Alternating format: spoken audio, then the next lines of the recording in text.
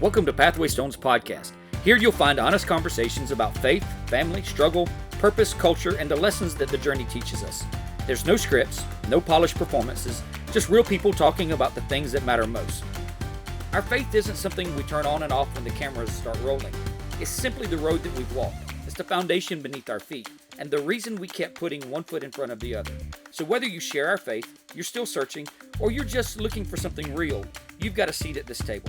So pour yourself a cup of coffee, pull up a chair, and let's leave another stone on the trail.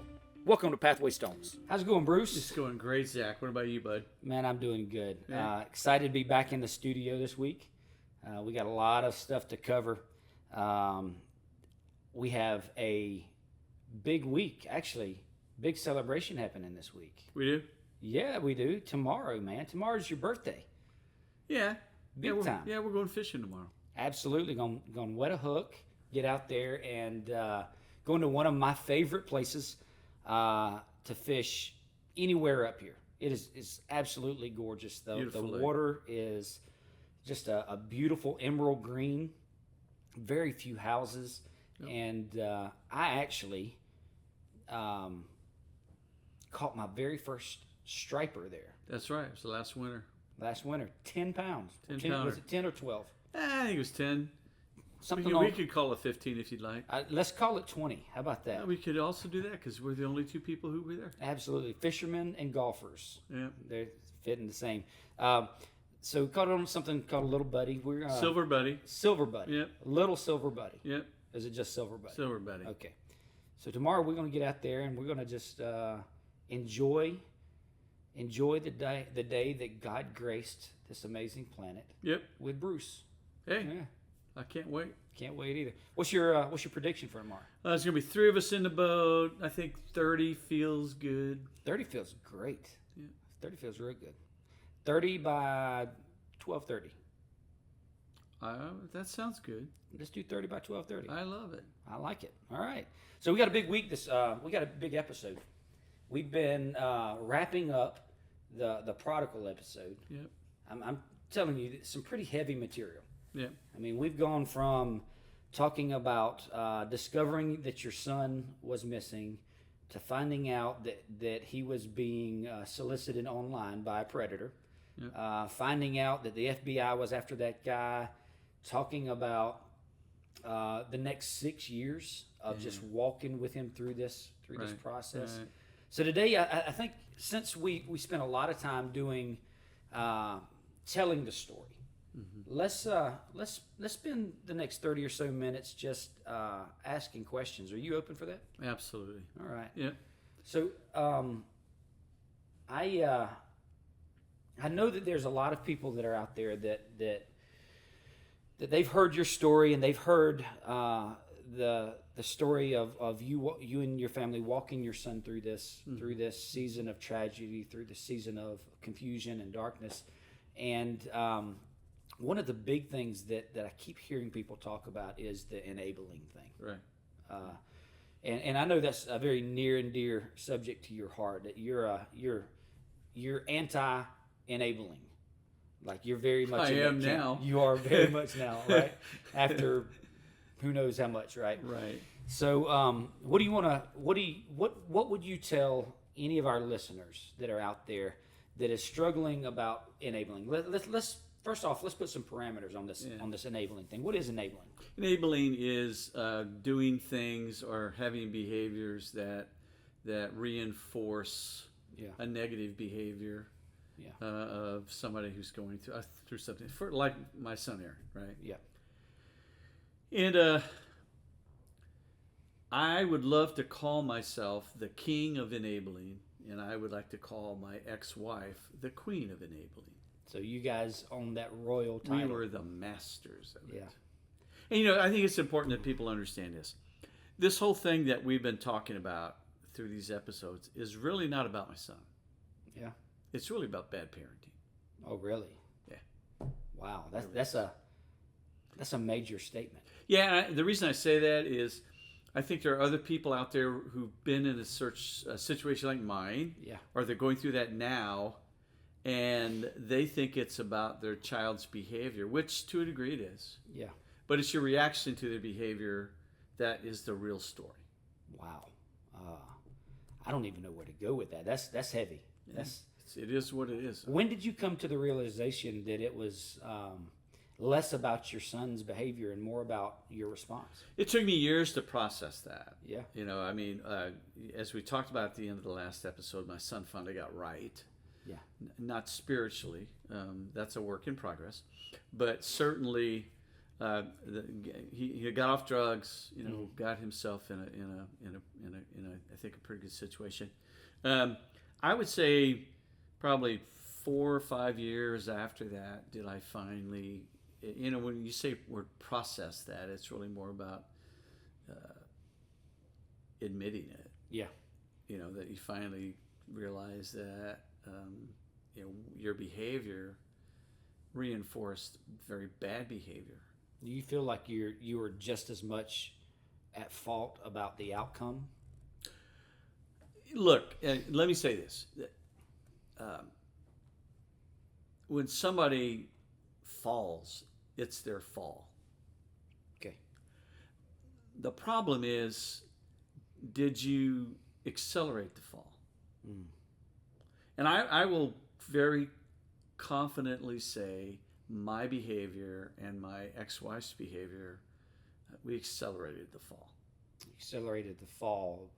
Now in the last episode, I believe that we touched on this a little bit. Maybe we haven't.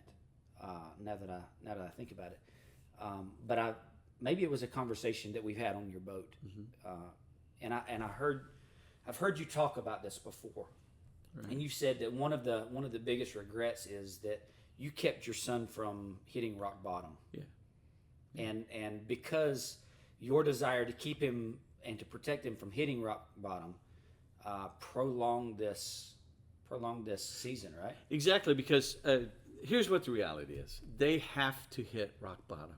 Yeah. They will never look up if they don't do that. And go back to the prodigal son story, right? Okay.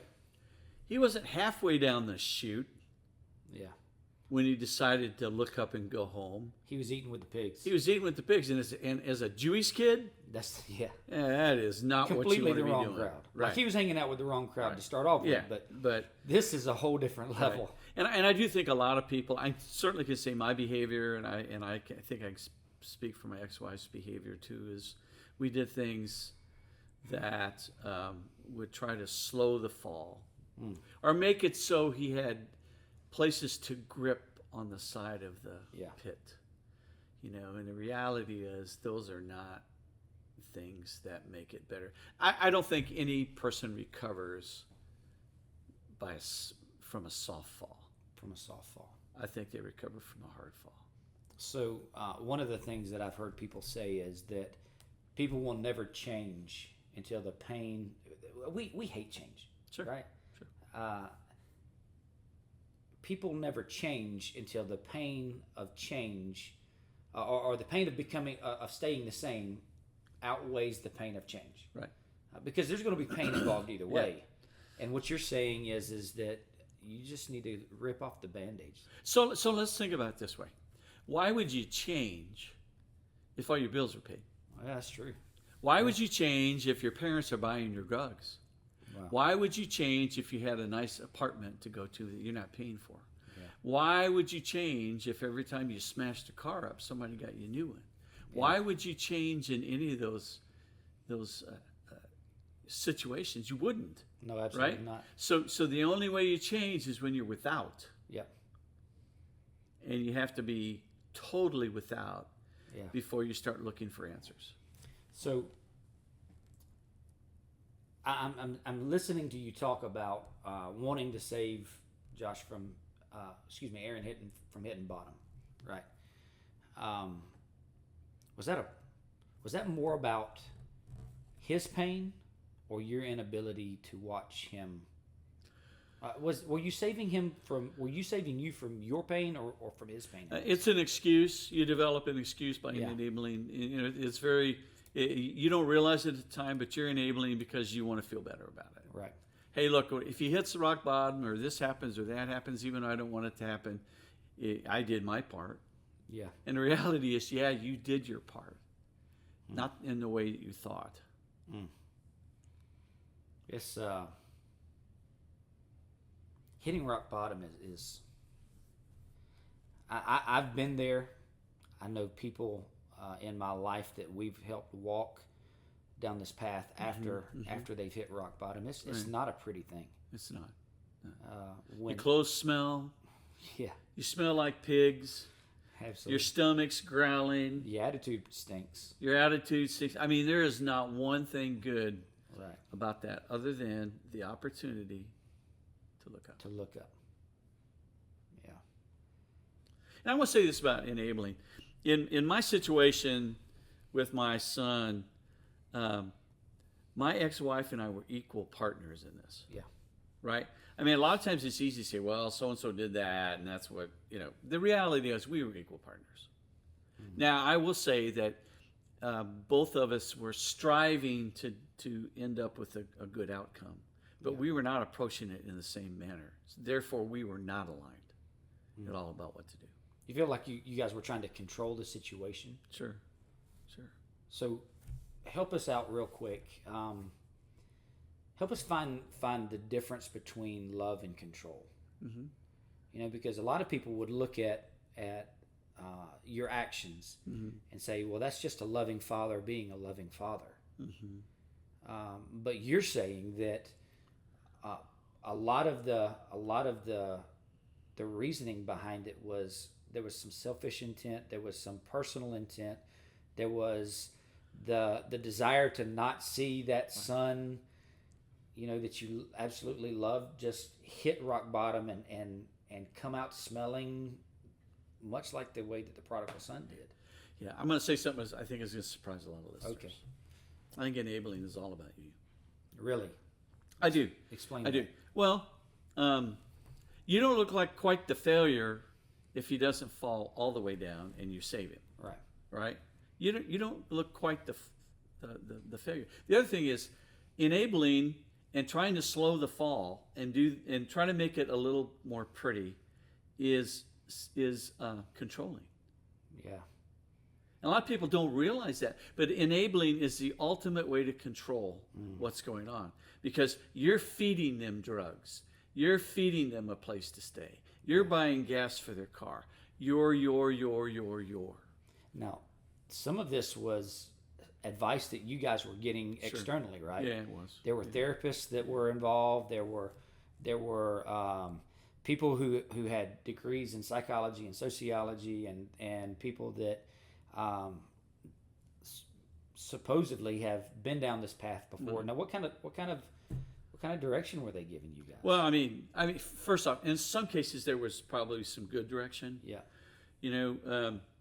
But you're probably not listening to that because you're looking for the quick fix of enabling, right? So you're not looking for something that's going to take 5 years. You're looking for something that allows me to, get him to snap out of it, and then, I become the savior of the situation. In reality, that doesn't work that well. But we had some really whack job therapist advice. Yeah. My favorite is me being out of town. I come back and find out that we're going to flood the house with illegal drugs, pay for it all, and then give him little bits every day and slow down the number of bits and actually weigh things out on a scale so that, at the end of the day, he's weaned off these drugs. Now, guess what? Didn't work. Yeah, at this point, he's already been manipulating. He's been and now let's get this clear. You love your son. Absolutely. You love your son with everything in you. Yeah. There's no doubt. Just in talking to you and being around with you, there's no doubt about how much you love both of your sons. I do. Yeah. But at some point, you realized that you could love him, but you can't live his life for him. Right. Is this what I'm hearing? It is. It is. Yeah. And again, though, I'll go back and say this again because I really want people to get this, and that is enabling is a very selfish behavior. It's really more about you than it is them. Right? I want to feel better about it. I did my part. I did this. I did that. Plus, I'm controlling his fall. What do you think is at the core of enabling? I mean, we've talked about what enabling is, but there's got to be there's got to be a gas that fuels this engine. Yeah. What do you think the emotional fuel behind enabling is? I mean, I think enabling is almost a drug in itself, right? Yeah. And that is the fact that it is the ultimate form of control. Right? And you want to control the situation, and you tell yourself, I want to control it so he gets better. But the reality is, you want to control it to control it, right? And here's the deal: you cannot control what they're going through. Let's dig deeper than that. Okay. Control. Yeah. What brings what emotional response is it that fuels this desire to control? I think a couple of things. One of them is that if you're like a control person, it's your nature to do that, right? And are you a nature or a nurture guy? Boy. I mean, this is a deep question. I think nurture more than nature. Okay. Yeah. So you are in the camp that. And don't forget, I'm a biochemist, right? So you're not a psychologist. Yeah. I'm a shade tree psychologist. I love these types of conversations. Right. I personally, I go back and forth. Yeah. I don't think there are days that I look at my kids and I see me all in them. Yeah. Right. And then those are the days that I believe, well, it's in their DNA. They would look, but then I look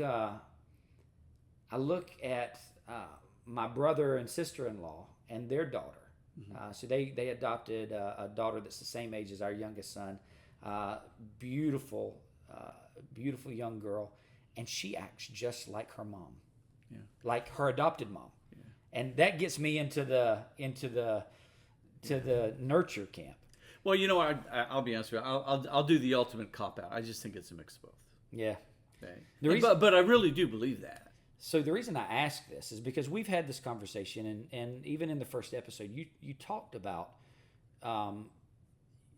family pathology and your father's willingness to dive. Now, his drug of choice was not marijuana. It was not illicit drugs. It was alcohol. Yeah.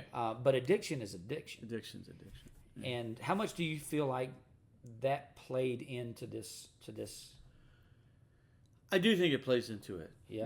I mean, and again, me being a scripture guy, I think there's a concept of curses, generational things that go on. I think that's to a degree real. I'm not one of these guys who wants to blame everything on a generational curse, because I think that's a little nutso to do that. But, people say, well, sometimes it skips generations. I don't know if it does or doesn't. Here's what I do know. My father, it was easy to see him fall into addiction because of what was going on in his life. Right. My mother was not a nice person to my dad. Yeah, she was not. And I think that to degree, if it didn't play a big factor in his fall, it certainly did play a factor in the acceleration of it. Yeah. Right. So, and in my story, I'm a pretty strong-willed guy, and I just said, I don't want that. That does not fit my model. Right? So I'm just never going to let it happen. And I played some athletics and hung out with a lot of good people, or sometimes not so good people, and they had parties and stuff, but they knew never to ask Bruce to do X, Y, Z, because he was never going to do it. Right. And if anybody ever approached me, I said, I'm out. I'm gone. Right. So that was my situation. That's how I handled it. Now, do you feel, because I'm sitting here listening to you talk about this, do you think that if you would have swapped places with Aaron,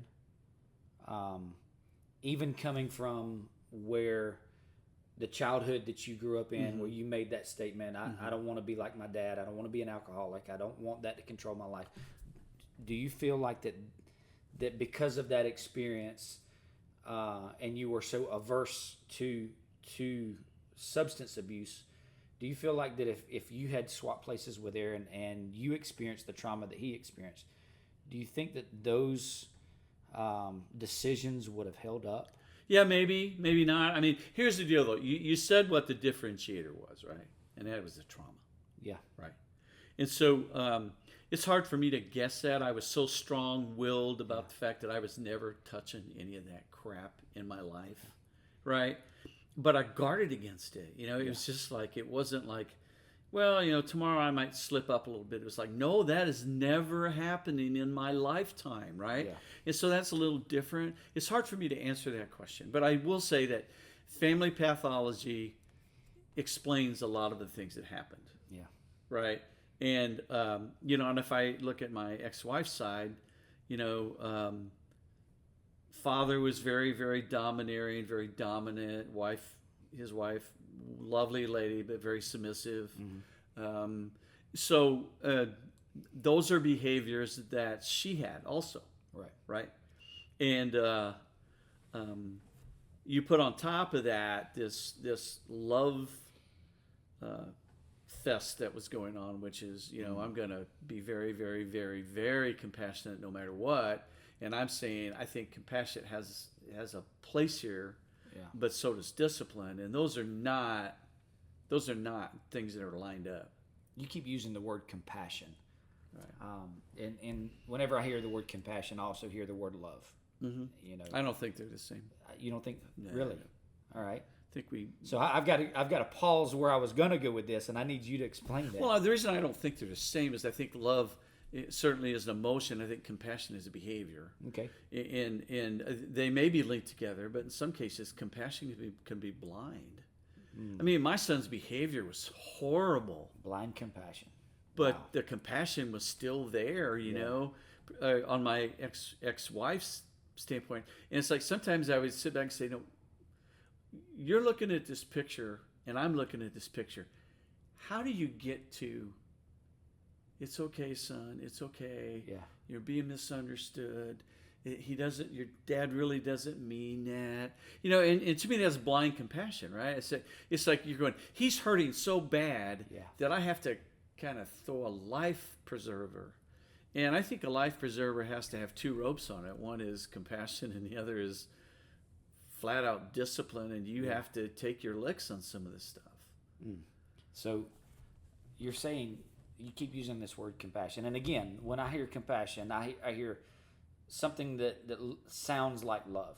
All right. And I think I'd like to have a discussion about love and compassion maybe some other time. It's not really germane to where I think we want to go with this, but a lot of y'all's behavior could be explained away by people that are just trying to be loving parents. Sure.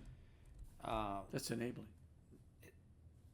Let me get there. Okay. Because I think I've got something really good. Okay. I'm listening. I think it's fear. Yeah. I think more than anything, just from being around you and listening, knowing your heart and listening to some of the stuff around the story, I think a lot of what was driving your decisions was, what if I lose him forever? Yeah, that's right.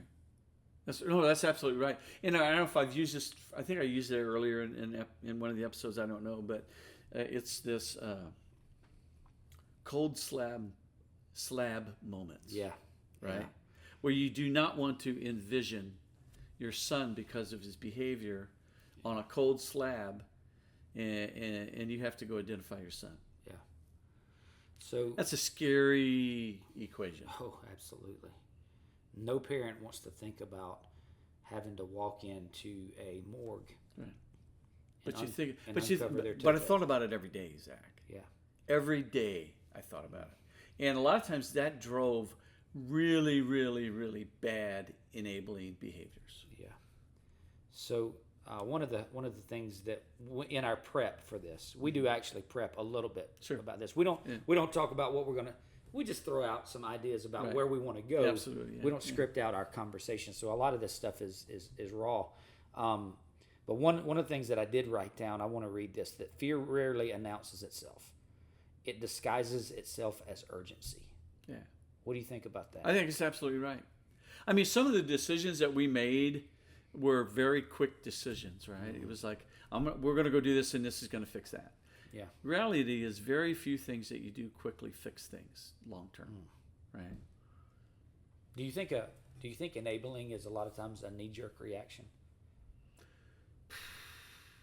I think some of the enabling actions are, but enabling itself is really kind of a long-term thing. So let me say it a different way. Do you feel like that if we would slow down a little bit and take the gloss of urgency off of our situation? Now there are situations that are absolutely urgent that need our immediate attention, but there's a lot of decisions that are presented as urgent that honestly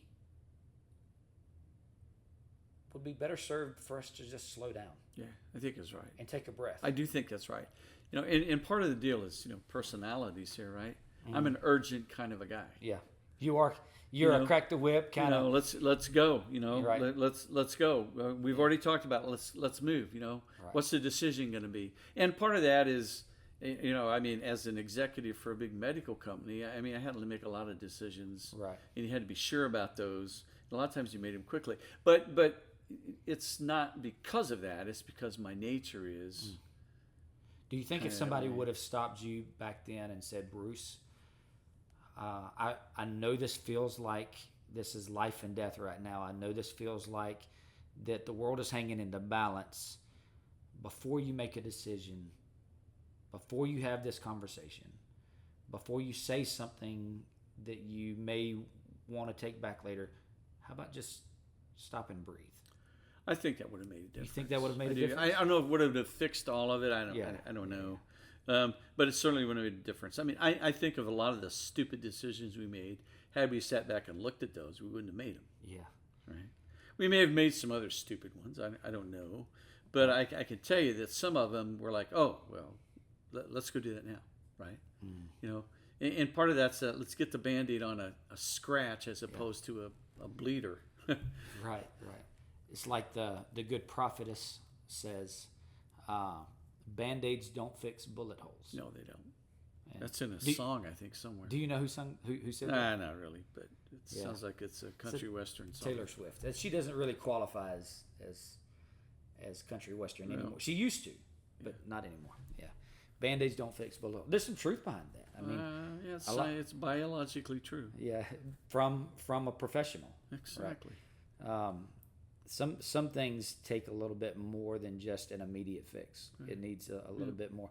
I actually think that Scripture tells us that that it's wise for us to get wise counsel from several people, and when we narrow it down to just one or two voices, sometimes those one or two voices may be biased.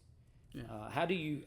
How would you advise someone who is out there that's maybe dealing with something in the same realm as what you and your wife and your family dealt with, that has voices that are speaking things to them, that are telling them, hey, this is urgent? What kind of advice would you give to someone who's in that situation?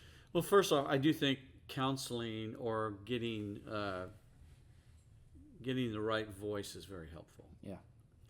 But a lot of times the right voice isn't what Aunt Evelyn tells you. Yeah, that's right. Right. And I think what you have to do is you need to do enough work that you hear the same voice from a reputable place more than one time. Right. Right. Think about it. We had some idiot telling us we should buy drugs for our kid. Yeah. Did I go test that anywhere else? No. Of course, the decision had already been made that we were doing that. But my whole point is, there's a lot of, and I think it does tie in, Zach, to this point about slow down, take a deep breath, and part of that is listening to people who can actually help you. Yeah, fear has a way of clouding our sight, and especially when there's this sense of urgency that if we don't do something now, that we're going to miss this time frame, that we're never going to get this moment back. We're going to forfeit all the benefit of our actions are going to take. And the truth of the matter is that one breath is not going to hurt anything. No, not at all. As we're talking, you know that I love the history around around especially scripture and different things. I'm a history buff, right? Yeah. I was studying a very interesting character named Jezebel. Have you ever heard of her? I have. Yeah. Did you know that that Jezebel, when she was a young girl, that her father used her as a political pawn? I don't really know that much about Jezebel other than the fact that she wasn't a very nice lady. Well, and I think this goes back to the nature versus nurture, right? Yeah. Are you a product of your experiences and or is it DNA type stuff? I think it's a little bit of both. Long story short, let's long story short, because I know we're kind of running short on time. One of the things that I found out about Jezebel is a lot of the things that we see about her. Now, she was a wicked woman, and she was a controlling woman, and it sounds a lot of what she did sounds. I'm not calling you Jezebel, but please don't. We were talking about control issues, right? Yeah, and she was a very controlling woman. Right. A lot of that was birthed out of the things that she had to endure before she ever married the king of Israel. Mm-hmm. Her father would use her as a pawn for for political guests that would come into their home, enjoy my daughter, type thing, without getting explicit, right? Right. And so the thought is that when you endure trauma like this, there's this point of breaking that. Especially people who are dealing with control issues, that they say, I'll never let that happen to me again, right? And then it starts being a control and a manipulative thing. Mm-hmm. And control and manipulation go hand in glove. Like they are two peas of a pod. And I would say that from our conversation, that enabling, especially enabling from a place of fear, is probably the opposite side of the coin of what Jezebel was dealing with. Yeah, probably so. I think that would be accurate to say that.